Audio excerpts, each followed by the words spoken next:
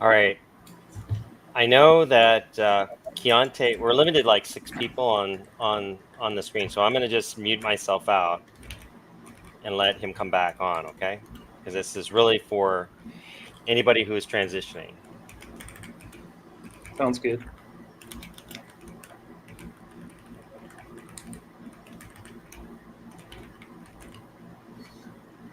Did it work? Doesn't look like it worked, but you might have to say something to pop back up. Yeah, that's possible. But that's okay. As he figures it out or whatever, we can keep going. But welcome, Mark. Thank you for joining us. I think we were going to let Peyton kind of be the question asker today, as he's also got a background in aviation. But for those who are going to watch this later, we're basically joined by the one and only Mark Clough, who has a background and has transitioned out of the military just like all of you are. And we're just going to do an AMA. We're just going to have some fun with it, learn a lot from him, and kind of go from there. So if you want, Mark, could you just like start off, just like kind of give just like a very detailed general, or very generally detailed, like not a very, very short, brief version of like who you are, what you're doing, where you're at, that kind of stuff. That'd be awesome. Sure. Yeah, sure. Do you mind if I share a slide? Oh, no, go ahead. Yeah. Is that all right? All right. Let me see if I'm smart enough to do it. Cool. All right. I'm not sure which screen is gonna. Chrome tab. Here we go. Screen 2. Perfect. Wait, I don't see it yet. Let me know when you guys can see my screen.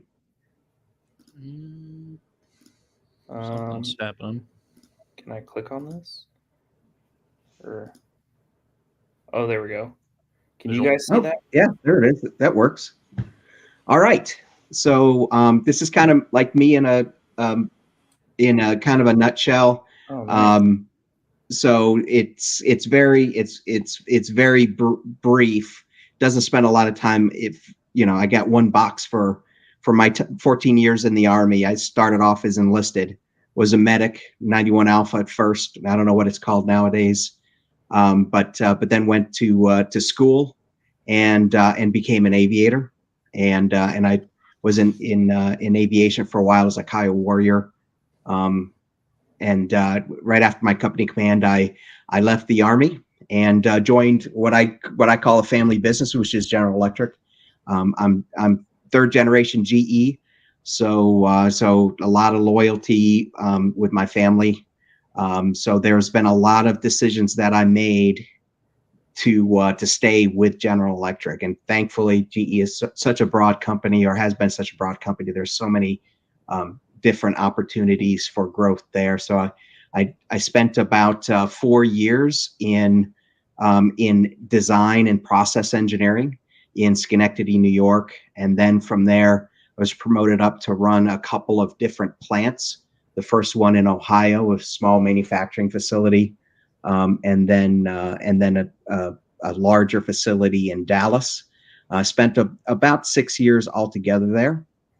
And then and all of that was within energy, GE Energy Power Systems is what it was called back then. And then from there, I jumped back into aviation. I was super excited to support the warfighter again. So I had an opportunity to go down to Corpus Christi Army Depot to run the contract for GE Aviation, the military side of GE Aviation, down in Corpus Christi, where we worked on overhauled T700 engines, which is the engine within the Black Hawk and the Apache. And then from there was promoted and came back up to run a number of programs up in Lynn, Massachusetts, which is where I am now. So I spent about 6 years in service program management, services. So when you think services, you're looking at these rather large contracts that just make sure that our customers have the engineering and the from a consulting perspective, repair services, spare parts, all of and all of the complexities of providing those three things when they need it. I also worked a lot in sales as well as part of that.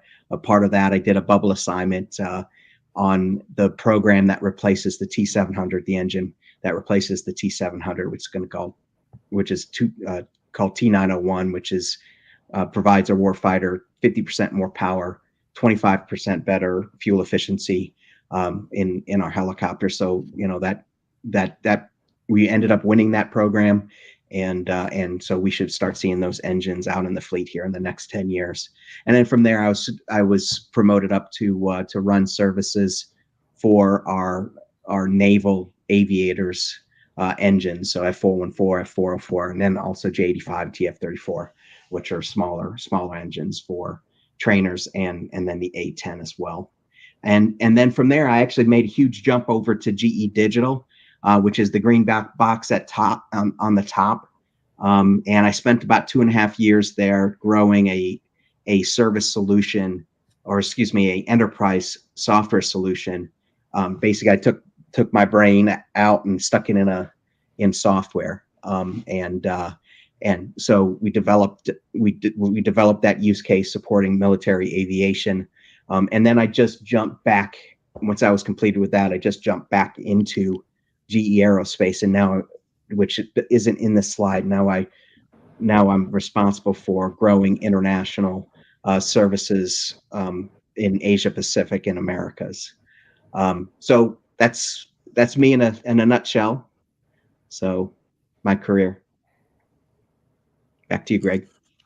Yeah, that's incredible. Very intriguing. How about Peyton? How about we just have you jump and start asking questions, and we'll just go right into it.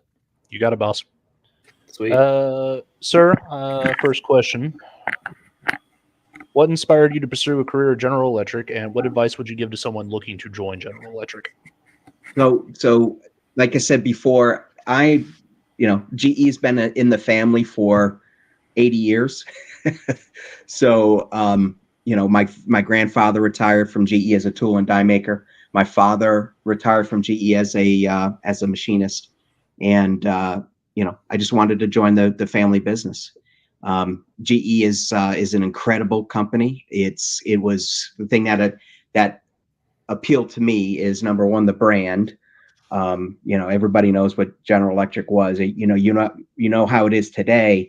If you go back 20 years, which is when I started with GE, we were extremely broad, extremely deep in a lot of different segments, a lot of different markets. So like I said, brand, the product, our power plants run the world. We have a massive amount of the installed base. So I knew if I stayed in power, there was going to be a lot of opportunities for me. And that's basically what motivated me to come into GE. Again, just the brand, the fact that that has fed my family for several generations was a key part of that decision. Yes, sir. Cool. And if I could interject for a sec.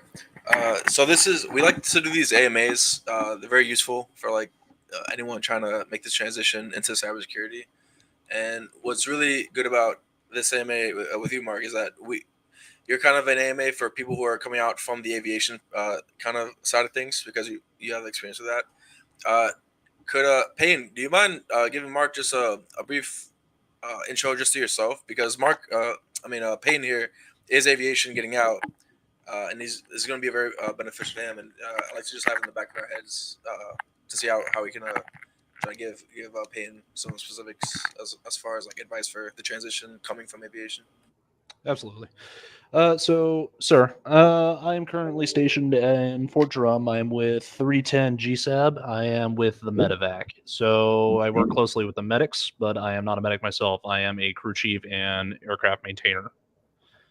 Right now, as it stands, I have roughly 600 hours flight experience with both the medevac and then VIP, dividing it about 400 hours with VIP, 200 hours with the medevac, with one air rescue with a letter of commendation from Sikorsky. I would like to have more, I admit, but I am a white cloud and I never get calls. Following that, I've got about 10,000 hours for actual maintenance time, which surprised me when I heard about that, but I actually did manage to get that just mostly probably from like all the PMDs and doing all the scheduled services and all the other fun stuff on that one. I am looking to bridge a gap between aviation and IT personally, because I like the idea of working on the technical side, but I also just really like aviation. Yeah, that's kind of my spew so far. 6 years in and getting out, trying to transition into that. Excellent. What makes you, why the switch from aviation technical, maintenance over to cyber? Is that just like, what's the forcing function there? So reading up on it, I wanted to learn to start actually like coding and working on the avionics as well. And actually, me and a buddy, his name was Holland, who was also here at the medevac with me. We were talking about that for a while, and I started to think about the gap on that, and maybe it would be another way to broaden horizon and actually kind of get out there onto the workforce, not only faster, but also be able to actually like have more technical skills. Right. But also, IT can work in several functions, especially where Python coding is involved. Cool. All right. Hell yeah. So yeah, we can continue back on with the questions, Peyton. You got it. Second part of the first question is, what advice would you give to someone looking to join General Electric, sir? So GE has especially our defense and systems business. The last time I checked, we had like 25% of our workforce is former military. And that ranges from the folks out on the shop floor, turning wrenches, machining, through the folks that are watching over them and, providing them what they need to do their work, all the way up to, executive level leadership. A lot of former military, whether it's soldiers, NCOs, junior officers, senior leaders. There's a lot of 06s that are in this business as well. So I think exercising your network is key. If you have a relationship with any officers or leaders out there that work within GE, we have a very active veterans network. Don't be shy about reaching out to them. By active network, we have these, we have all of these, we call them affinity networks or affinity groups that are, focused on specific things. And so for veterans, like I said, there's so many veterans within the business that the veterans affinity group, or the veterans network is what we call it, provides veterans a lot of opportunities, a lot of ways indoors to at least get your foot in the door, so you can get your resume out there in front of the right people, so you can at least get to an interview. So that's the first thing I'd say, is exercise your network. See if you can find somebody, a friend, an acquaintance, or whatever that's within GE it's key if they're part of the affinity network. Even if they're not, they can become part of that veterans network very, very quickly. The second thing is a good, solid resume that captures all of these, all of the things, that demonstrates leadership. One of the great things about veterans is they're tried and tested. You've already experienced a lot of adversity in your career. You've performed when you needed to perform. You're a proven leader under pressure cooker type circumstances. So a lot of companies are going to seek you out because of all that, plus your work ethic as well. So making sure that that CV, that resume is good to go. Probably the third thing is interview prep. The CV and the Affinity Group Veterans Network may be able to help you get your foot in the door so you can get to a resume. Get to a interview. But being able to nail the interview is key. So the way we interview within GE is their focus on behavioral type interviews.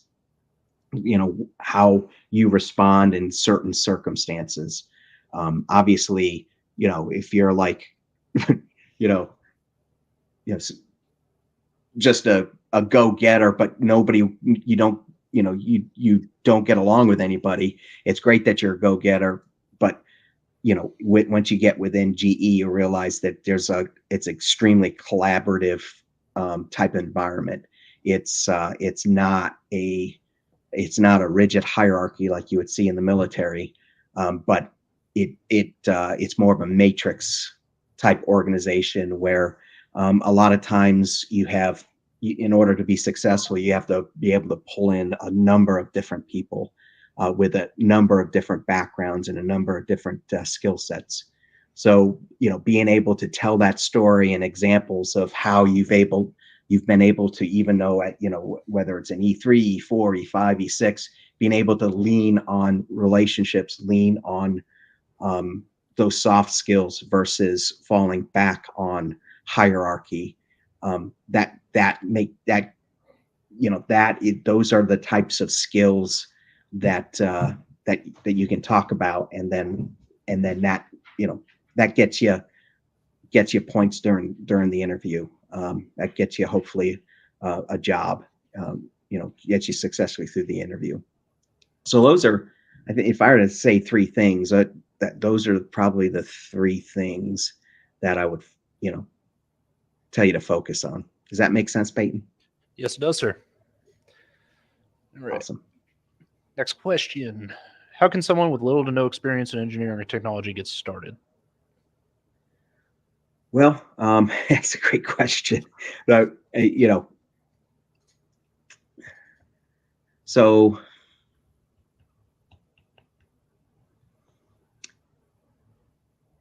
one of the things that's going to get you in the door, I think, is, the thing that sets you aside from maybe entry level folks coming out of college is your background. It is your, the fact that you've been in the Army for, however many years, Peyton. I don't know how many years. How many years have you been in?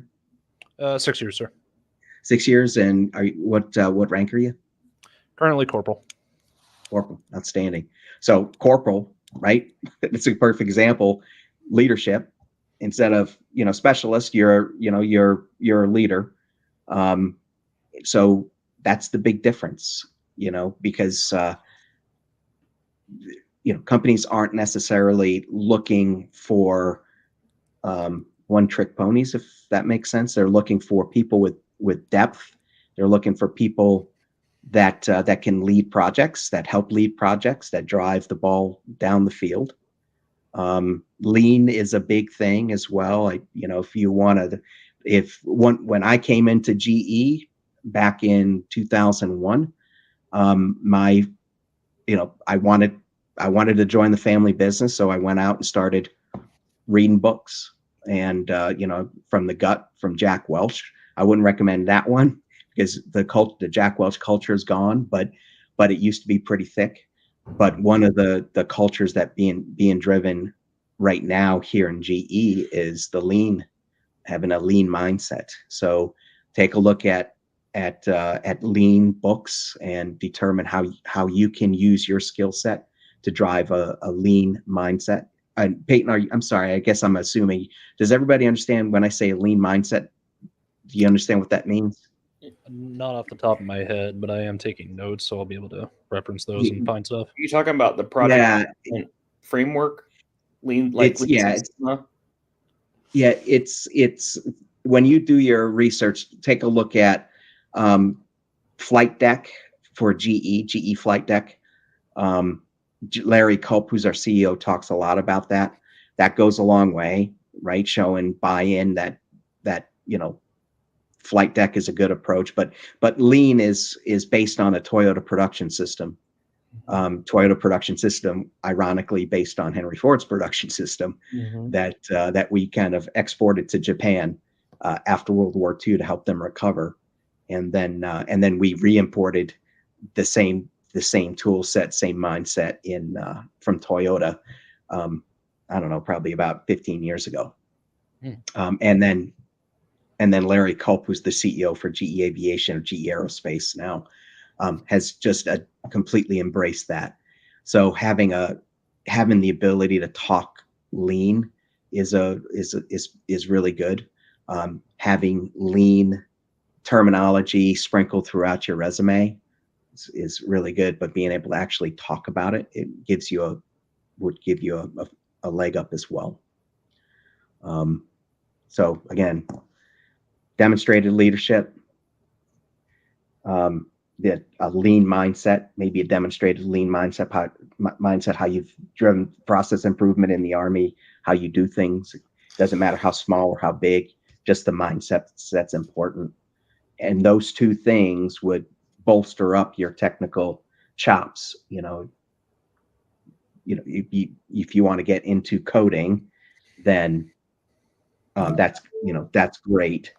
I'm not sure from a GE Aerospace perspective, from a product, I don't know how much coding's done. However, we do have a team called it's DT. It's literally digital team, and they're responsible for the infrastructure running the systems to keep GE Aerospace running. So focusing in on those jobs as you start looking at opportunities within GE Aerospace, that might be good. Now, it's not necessarily touching products directly. However, you will be touching, as a DT person or digital team, you will be, working on analytics and using Python to drive the right decisions, potentially selling digital services to customers or developing digital services for customers. All of that stuff falls right in the wheelhouse of that big, GE Aerospace business or product line. Yes, sir. I will have to look into that. DT. Digital team, DT. GE Aerospace, DT. And they also have, also look at Vernova. I showed you where I went from GE Aerospace to GE Digital. GE Digital is under GE Vernova. So it's not GE Aerospace. So you're not going to be in aviation. However, GE Digital, as well as Grid, there's a lot of software emphasis in the GE Vernova space as well. Got it. Thanks, sir. Now, one other thing, Peyton, another thing is you had talked about avionics, wanting to get into avionics. GE Aerospace does have a systems business. Well, it's a systems subset business. What I'm in is defense and systems. So I've got defense engines as well as those black boxes like HUMS in the Black Hawk, the health usage monitoring system. That's a GE black box. There's a bunch of other gizmos that are on Black Hawks and Apaches and the V2, the new Bell V280, this new future of vertical lift. All of those new aircraft have GE systems within them. The F-35 has GE black boxes, batteries, power systems, power management systems. All of those are part of our systems business within GE Aerospace. So there's, if you like avionics, if you want to get deeper into avionics and get an education those gizmos that I call gizmos. Take a look at the defense and systems business as well, specifically systems. Understood. I got this one highlighted and underlined. All right. I have the next question for you, sir. What are the most critical skills and qualities for success in engineering or technology? Well, I think so. So one of the interesting things, I jumped into aviation, into the power systems business. One of the things that I think that soldiers, airmen, and Marines have above other folks coming out of universities and colleges or trade schools is really a severe lack of fear. You can do anything, soldiers, generally speaking, it's you just open to doing all sorts of things just because of the culture you're coming into or coming out of and into. So the ability to number one, go wide, or you can go deep. But generally speaking, a lot of soldiers, a lot of leaders don't have a spirit of fear when it gets into doing things, operating out of your comfort zone, and getting after things that you've never gotten after before. So that's a key part of being unafraid, or being successful with being unafraid of taking risk, well-informed risk, staying compliant with processes, but taking risks. I've gotten, I was an aerospace engineer by education coming out of school. Did very little engineering work. I think I said 4 or 5 years at the beginning of my GE career as an engineer. But I ended up getting I can't remember how many patents. I think 4. I've got 5 patents, just from looking at things differently, and grabbing a bunch of people to run right next to me and thinking about new ways of doing things. So, kind of just to sum it up, I think being a leader, being collaborative, not having a spirit of fear, being able to, get after stuff, being able to operate outside of your comfort zone. These are all things that soldiers, Marines, and airmen and sailors, that they're very comfortable, operating outside of their skill sets sometimes, because it has to happen. Peyton, does that make sense? It does. It very much does. Okay. Let's see. In your experience, how important is a formal education, college degrees, compared to certifications and hands-on experience? Well, but unfortunately, having a lot of education sometimes opens up doors more so than technical experience. So getting in at on the ground floor of, or an entry level position, generally speaking, you have to have certain qualifications, or an educational background. And it all depends on where you want to go with it. I have a friend of mine who is a extremely high income earner who works for GE Aerospace, that never graduated from college. He's in sales. He's really good. I always give him a hard time. He could sell sand to an Arab and ice cubes to an Eskimo. He's just that good. So, I think education, certification, certainly experience opens up doors, but ultimately it's going to be experience that gives you the ability to, continue to progress and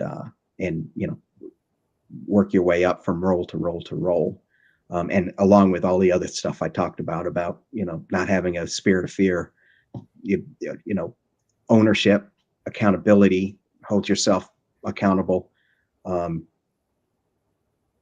think I said leadership a couple of different times. So I keep beating on that drum.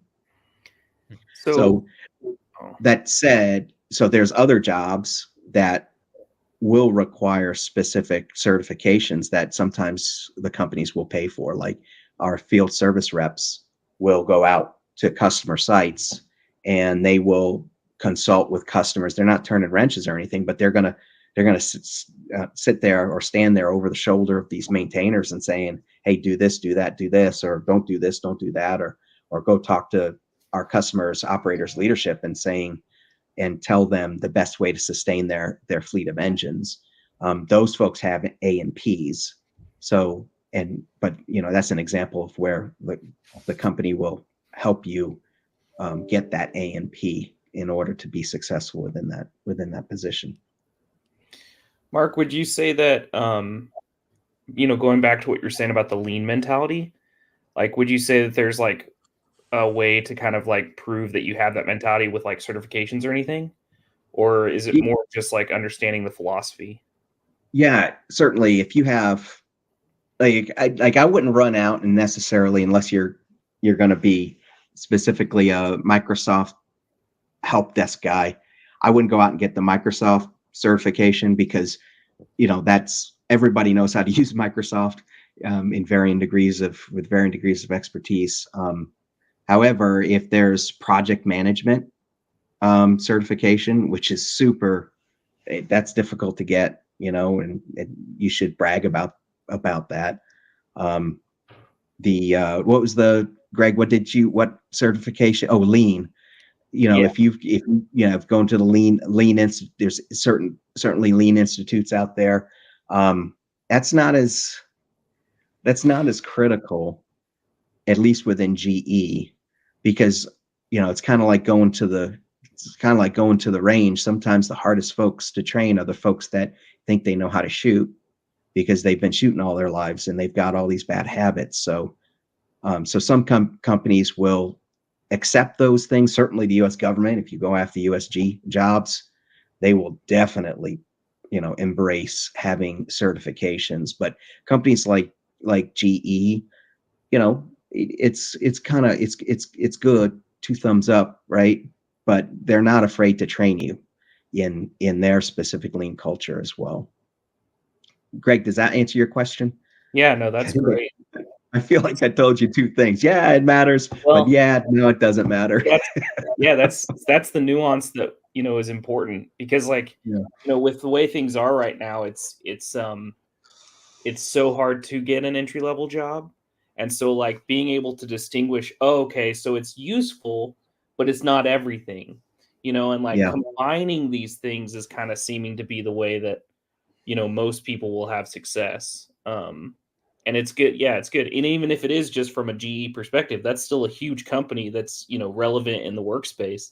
So it's no, this is great. That answers it really well. Yeah. Peyton, you want to go to the next one? Yes, sir. Next question is, what are some typical entry-level roles in cybersecurity, and how can one progress in their career from there?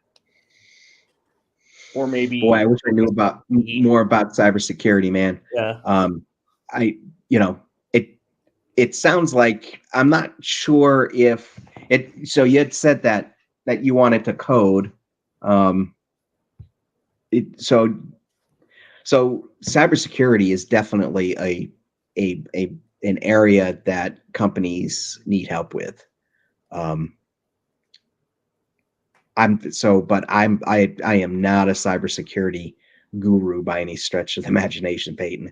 I just know that we are all about the new CMMC, the whole cyber maturity model, and being an expert in that would be like, if there's a CMMC certification or training you can get into, especially the new 2.0, which may be a little bit out of control, that would be very, very helpful, at least within GE, within a U.S. government or company that services the U.S. government, which, U.S. military, which is GE Aerospace. Got it. I'd follow up with that one and like just say like forget cybersecurity for a moment. Like how would you reorient that if you were just talking about GE? I think you play to your strengths, play to your um, play to your experience level. Like Peyton, as an example, you said you've got 10,000 hours of experience. I don't know if you've got your from a maintenance perspective. I think you said 600 hours flying hours as a as part of an air crew. There's this guy that I work with a lot. His name's Gary Welch. He's got 8,000 hours of Black Hawk time. Everybody looks at him and goes, "Wow, that dude's got 8,000 hours of Black Hawk time." He's extremely experienced. You having all of that maintenance time, all of those flying hours. You could easily, well, I shouldn't say easily, but you could look at getting an FSR type role within GE Aerospace. But the important thing is in a company in GE like GE Aerospace is getting your foot in the door. Once you get your foot in the door and get your entry level job, the company just kind of opens up to you. You can really do other things once you get in there. Like, go back to what that career ladder that I showed you. I started off in design and process engineering, and then I went into plant leadership on the power side. And then, all of a sudden I'm running contracts, billion-dollar contracts for spare parts. So yeah. And then global business development for a software company. So all of that within a company like GE, you can do all of those things. So, you can figure out how to get straight into a digital role. But my initial job within GE was not necessarily where I wanted to land. So an approach would be play to your strengths, get after, if your strength is maintenance, play to that strength, either, a job in an MRO, which is a maintenance repair overhaul facility, or, an FSR role, and then, land and expand from there. Another great example is when I was in Corpus Christi Army Depot, I needed a field service rep, and I wanted somebody with test cell experience. So I ended up hiring a guy that's right off of the shop floor in Strother, one of our MROs, and he became a field service rep, and he just exploded from there. But these entry level jobs, once you get in, at least with General Electric, it really opens up a whole bunch of other opportunities for you. Yes, sir. How does GE stay updated with industry trends? We set industry trends. Oh, I'm just kidding. That.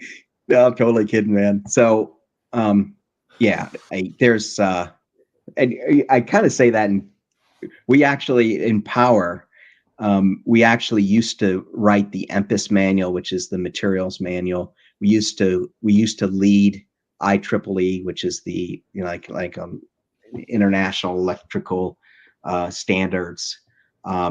In aviation, our commercial aviation team helps the FAA on rules. We actually have these positions here in aviation from an airworthiness perspective, where we have FAA folks that work for GE, which is kind of a weird situation. They're actually FAA, but they're paid for by GE, and their entire purpose is to provide the FAA with complete transparency into the processes with GE. So there's a whole bunch of ways that GE is either keeping up with industry standards, or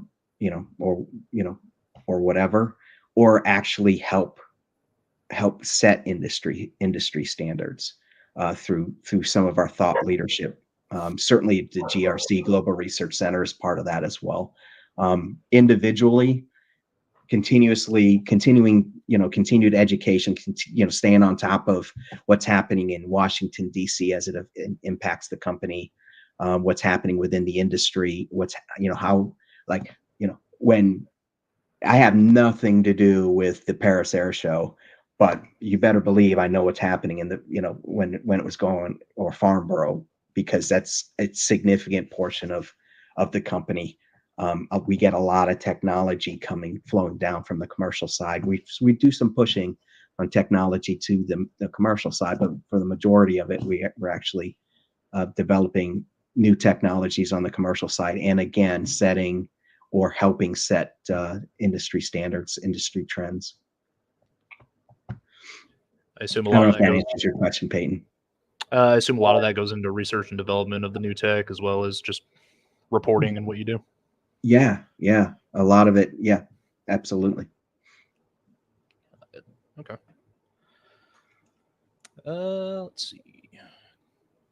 Sir, can you share a memorable experience or lesson from your career that significantly impacted your approach to your career progression? I'll say this is an interesting one. I'll share with you a good/bad example. On one of my blocks, it showed plant leadership. So I joined GE, and I spent about 4 or 5 years out on the shop floor, and just barely got my business legs underneath me. And then I went off to Ohio to lead a plant, which was a profit and loss center. And the whole reason why I went there was because I had an idea of how to improve a manufacturing process, and I patented that idea. And we tried to roll it out into that manufacturing facility in Ohio, but it was not taking. That the team was not accepting it.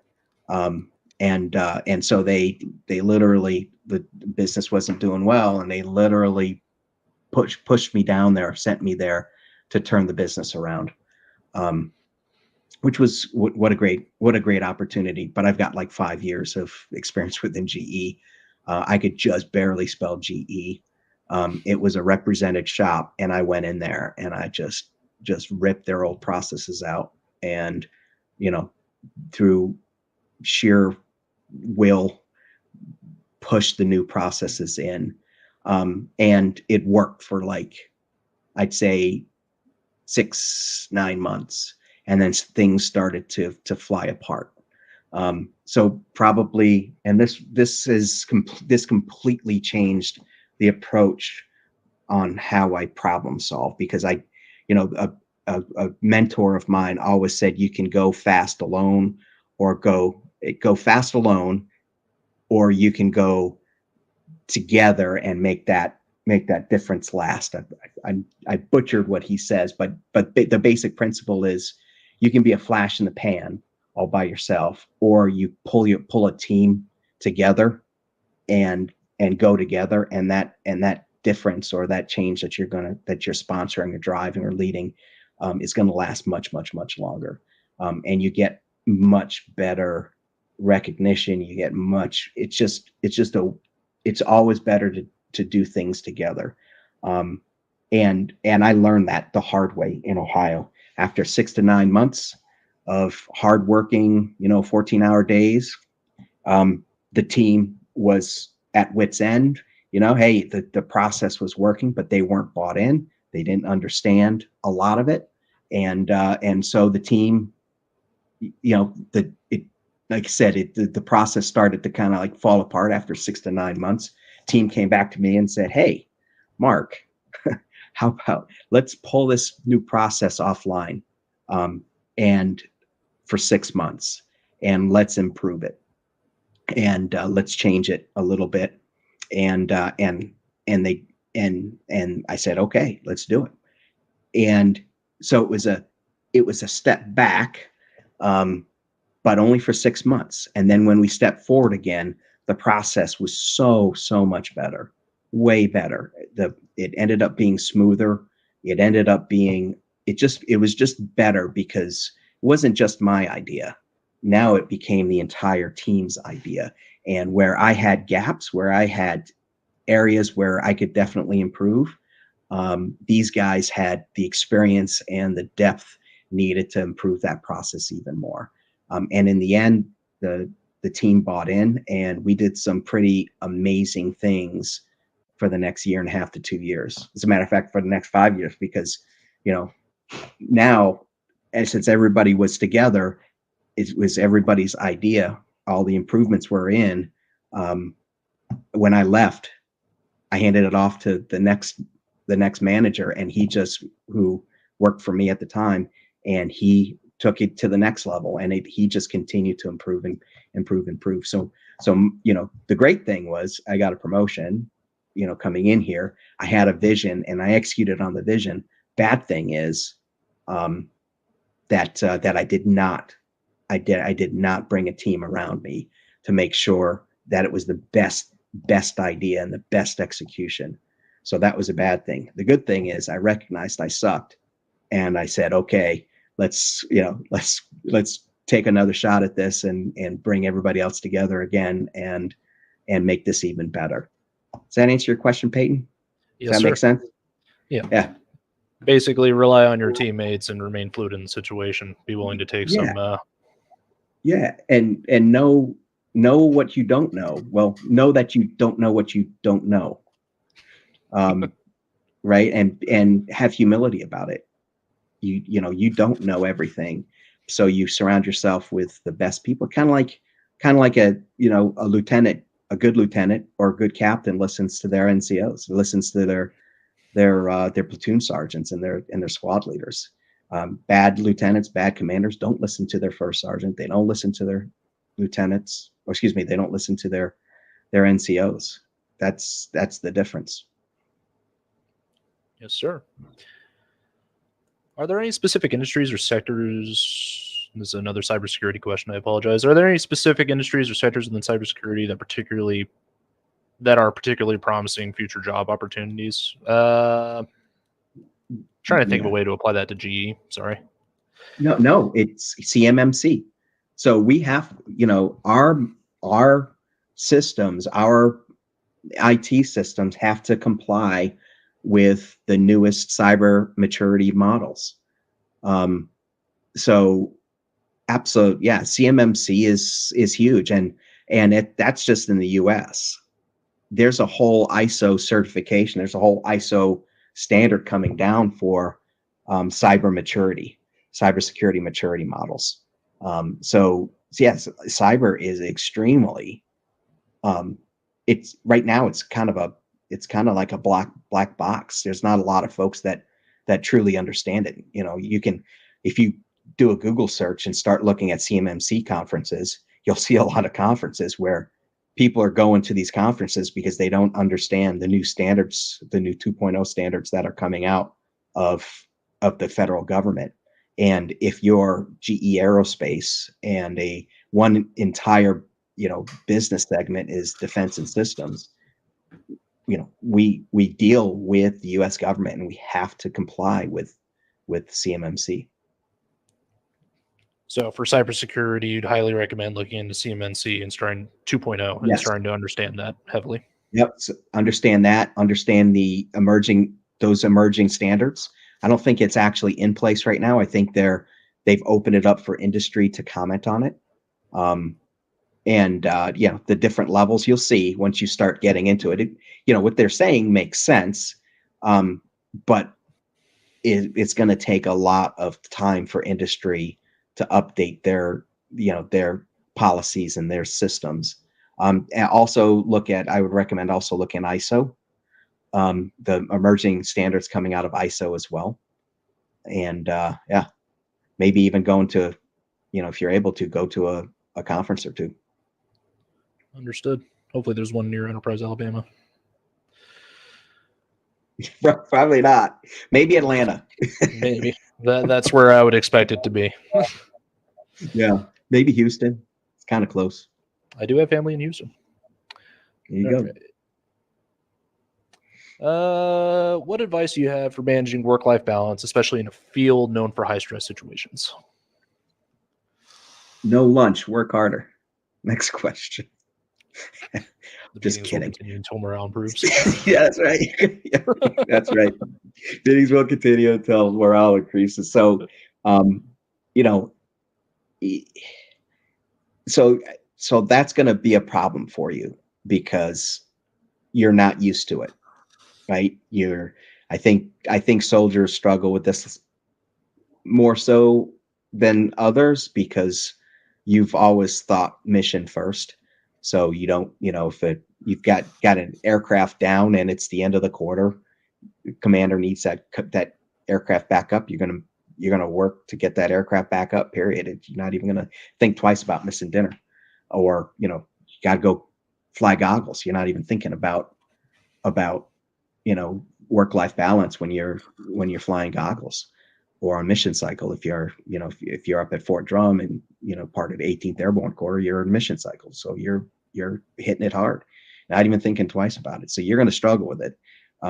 And companies like GE will take and take and take if until you're working 12-hour days, 6-7 days a week, if you let them. So the best thing that you can do is keep a solid schedule. And I say that, those who can't do teach, right? So my last role in GE Digital, I was fortunate. I was able to keep a very standard process, very standard schedule. And when you start looking at lean principles, start looking at standard work. Discipline within your workday will drive schedules into your personal life as well. So yeah, that's a big part of work-life balance, is being disciplined at work, and then applying that exact same discipline when it's time to leave. If it's 5 o'clock, whatever time it is, then you need to leave at 5 o'clock. That's the best advice I could give you there. And I'll tell you, I need training from that perspective. I am not good at work-life balance.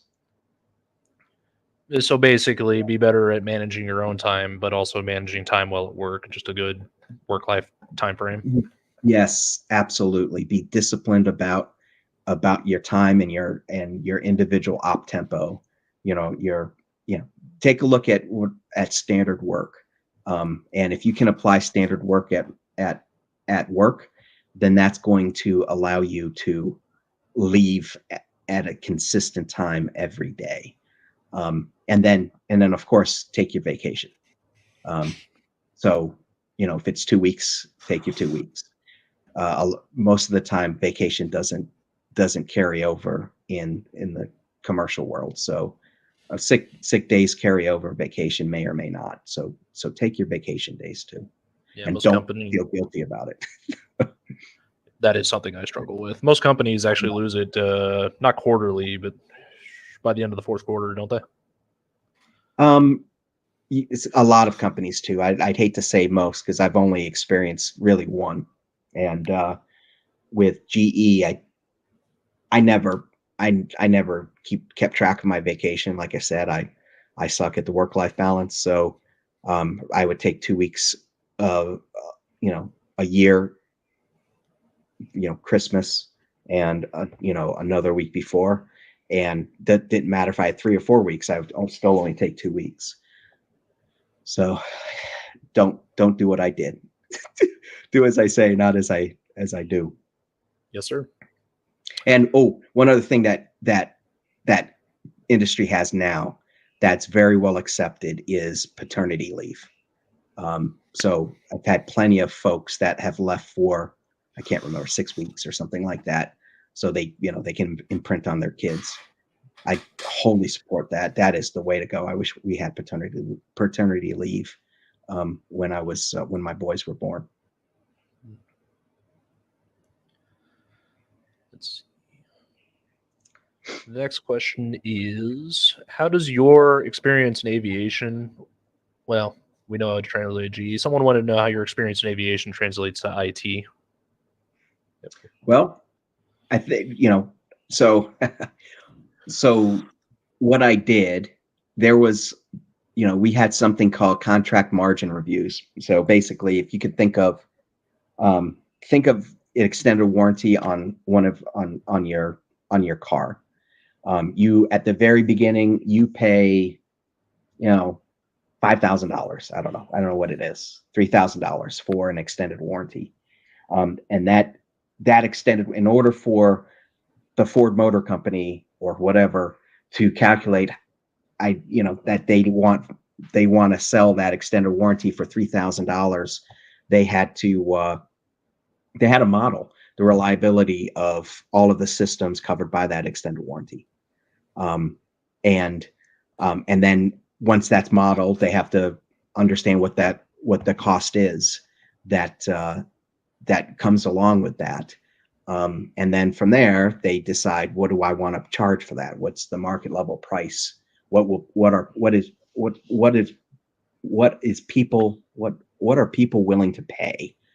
And how does that make my product, sellable?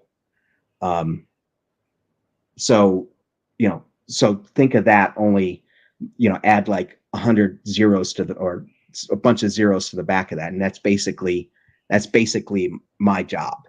So understanding the risk, understanding the unreliability of systems, understanding what the costs are associated with maintaining the engine. So, I've established an expertise in that.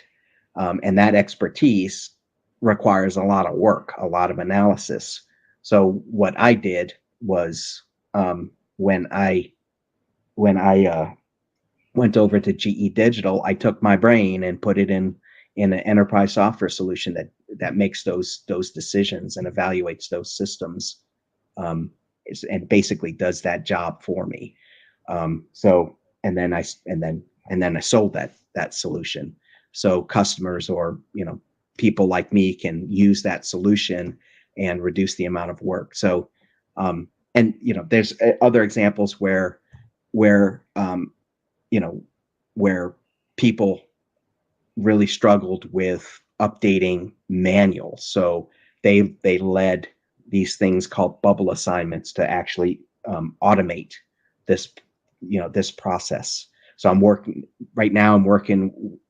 as one of my extra duties with Palantir. As a matter of fact, I don't know if you've heard of Palantir, Peyton, but it's a big AI slash software as a service company to develop the solution that I developed in asset performance management, which is a GE solution, GE Digital solution, actually putting it in Palantir. So yeah, being able to understand hardware, and then understanding how to automate that in the digital space and software. Boy, if you can do that, that'd be awesome. That's great.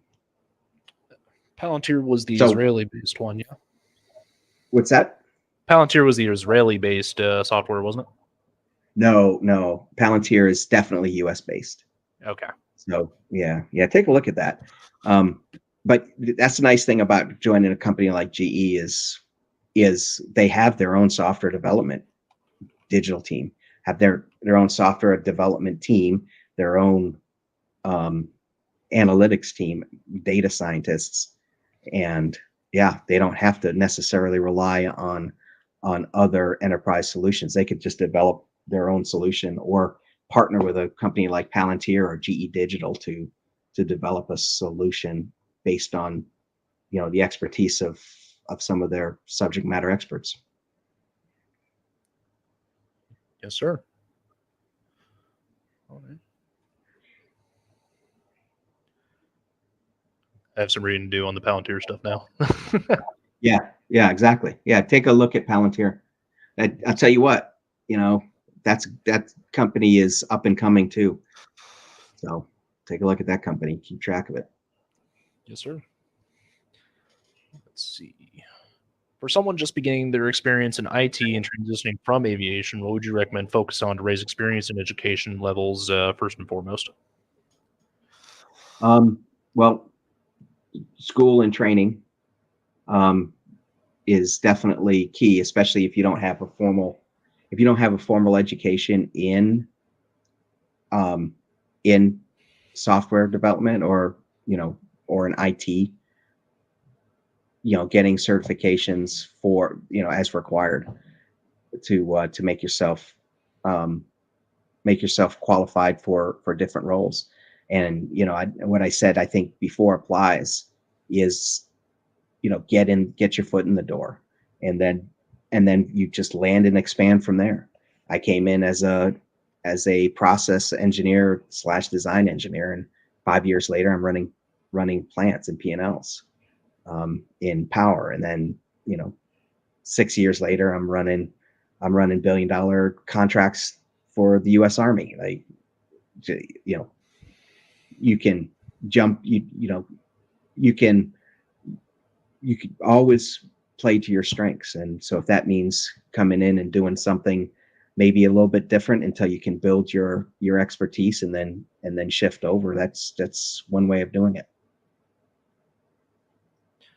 Get in there and remain fluid and try to just kind of go for everything. Yeah. Yeah, because you never know. You might think that cyber is pretty awesome until you get there and you realize how boring it is. I'm kidding, Peyton. I will say flying on the helicopter is a heck of an adrenaline rush. Yeah, right. Yeah, pretty soon you're gonna be like if you come in as a field service rep, Peyton, you're probably not gonna want to leave. All those folks, they go all over the world. They live all over the world, and they have a good time. So, yeah, we'll see. Yes, sir. What advice would you give to other veterans considering a career in cyber and tech?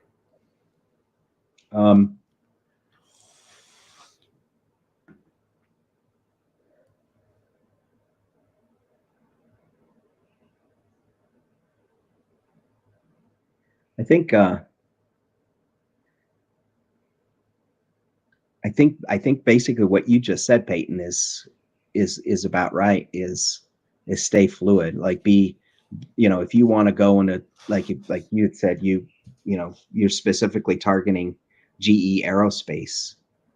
So be willing to compete hard for those IT roles, or software development roles, or cybersecurity roles. And if you can't, then if you can't get in that way, just be a good soldier and figure out a different way through the door and take that. And then don't let anybody say no. Don't let anybody stop you. But don't limit yourself either. If you want to join a company like GE or Boeing or Lockheed Martin, don't limit yourself. Keep your aperture wide open and see where the opportunities are. And you never know. You might be like me, where you join for a very specific reason or very, very specific thing, and all of a sudden you're freaking somewhere else doing something else and having a hoot of a time while you're at it. Yes, sir. The last question, sir, is: did you leverage any veteran-specific programs or services in your job search when you got to GE? Heck yeah! So I used I can't even remember. It was a small boutique headhunter group. So not to come into GE though.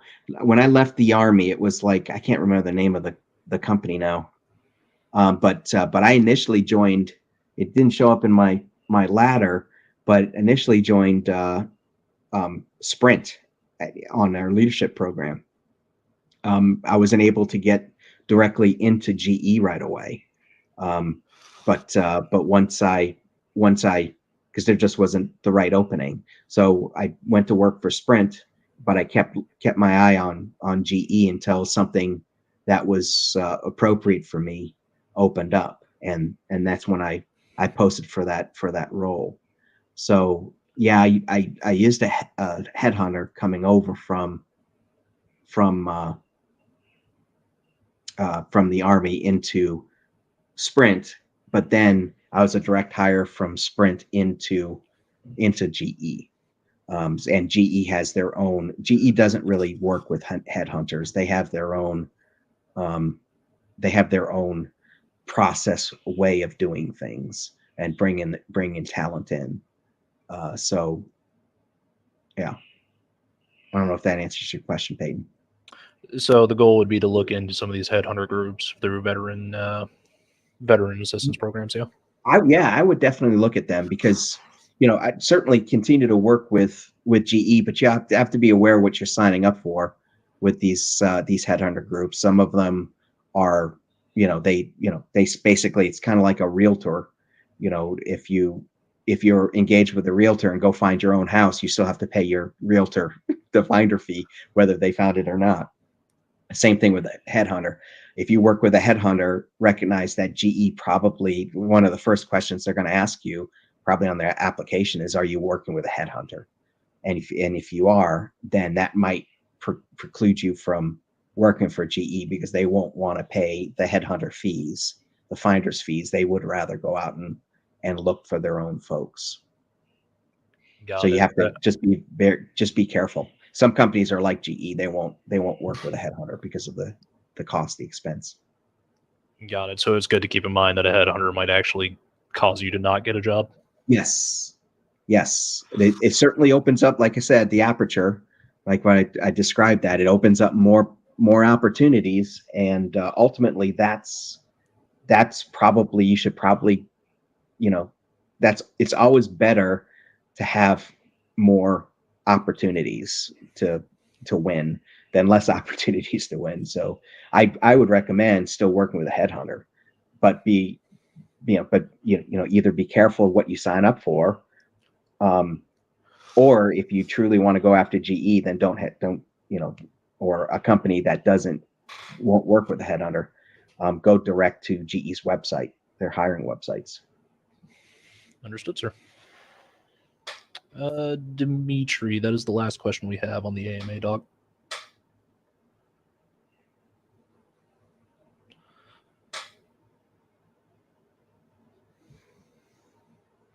Hey, Rod. Oh, my bad. I was muted. All right. There he is. Thank you so much. It was awesome hearing about your story and hearing more about the insights that you bring to the table based on your time at GE. I'm sure I speak for all the people on the call when we say that it was just an excellent time. And I know this went a half an hour over, and we only planned for an hour, and this is actually one of the longest ones we've ever had. I think people just don't hang on for a whole hour, but the fact that everybody hung on for an hour and a half was awesome. Cool. Awesome. Yeah. Well, definitely a pleasure talking with you. I hope this was value added.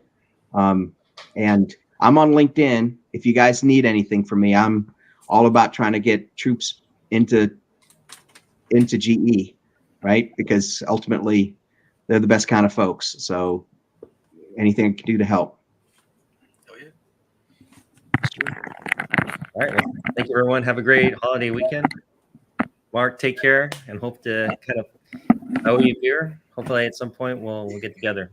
That'd be awesome, Rod. Thanks, everybody. You have a great day. Thank you, Mr. Clough. Thank you. Talk to y'all later. Bye.